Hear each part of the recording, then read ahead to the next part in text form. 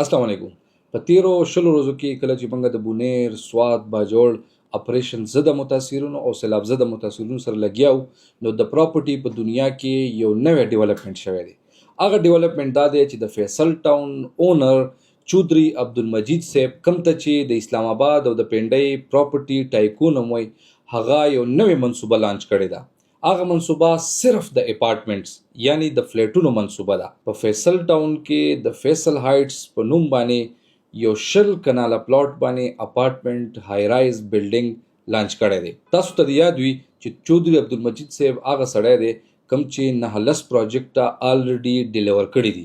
نو ظاهري خبره ده دا پروجیکټ به ډیر زیات یونیک وي او د دې پروجیکټ بنیادی خاصیت د دې لوکیشن دی، چونکه دا په فیصل ټاون فیز 1 کې راځي. لہذا دا بالکل په سرینگر های وے باندې پروت دی.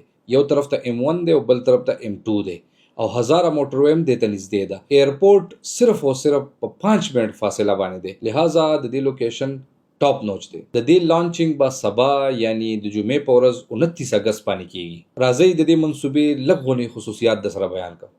دا چې کوم پلاټ دی دا 3 سایډ کارنر پلاټ دی او دا په 20 کنال باندې مشتمل دی. 22-23 سټوریز اپارټمنٹ بلډینګ دی. دې کې د بیسمنټ 15 فلور صرف د پارکینګ لپاره مختص شوی او په دې کې بچون کې کمرشل اکټیویټیز نه، صرف د ضرورت کمرشل زینه و پکې نور د هولي سولي اپارټمنټ دی. لہذا 700 اپارټمنٹ مشتمل بلډینګ دی. لوکیشن خو د ټاپ کلاس دی، خو د ریټس هم انتهایی مناسبی خودلی شوی دي. سٹارټینګ ریټس د دې 12950 پر سکوير فیټ. کومونګه دغه ایریا ته سوچو د ټریټری ته سوچو په دې کې 18 راځي، ممتاز سټي راځي، ټاپ سټي راځي.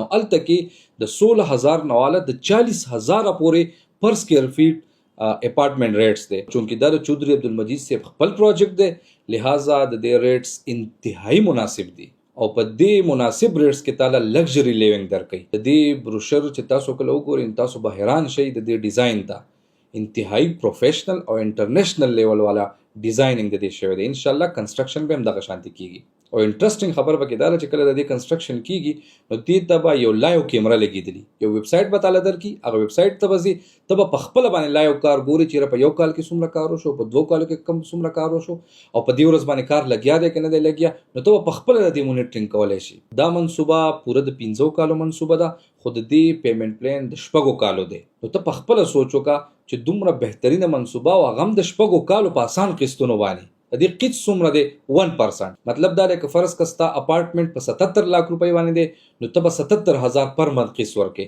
کستا په 1 کروڑ باندې پریوزي نو ته به 1 لک روپۍ پر منت قسط ورکې او د دې ډاون پیمنٹ چې کوم دی نو هغه 25% دی. او په ټولو کې د ټولو نه بهتره خبره دا NOC اپرووډ پروجیکټ دی. د دې چې څومره هم NOC نه دي نو هغه اخیستلی شوي دي په ایډوانس کې. لہذا د دې لانچ د جمعې په ورځ په 29 اگست دی او په دې باندې به د کنسټرکشن کا په سپټمبر کې شروع کیږي. ما ته به اکثر ملګرو ویل چې مال په اسلام آباد کې په اپارټمنټ کې انویسټمنټ کې خو زما سره داسې بهترین آپشنز نو، لہذا په اپارټمنټ باندې ما مخکې ډېر ویډیو نه دي جوړ کړي، خو په دې باندې ډېر زیات ډاډه یم چونکه فیصل ټاون هم د چودري مجید دی او دا پروجیکټ هم د چودري مجید دی او په هغه باندې زمونږ پوره یقین هم دی. لہذا د انویسټمنټ غرض سره هم دا بهترین چایس دی او که په خپل پکې څوک پاتې کیږي نو ریزیډنشل د پاره هم دا ښه چایس دی. او په ایډوانس کې دا ویډیو ځکه جوړم چې داسې موقع بار بار نه راځي. زه جواد اقبال سره تاسو ته بیخي د زړه نه سجیسټ کوم چې څوک هم انټرسټډ وي نو په دې ګیون نمبر باندې زموږ سره رابطه وکړي. د الله په امان.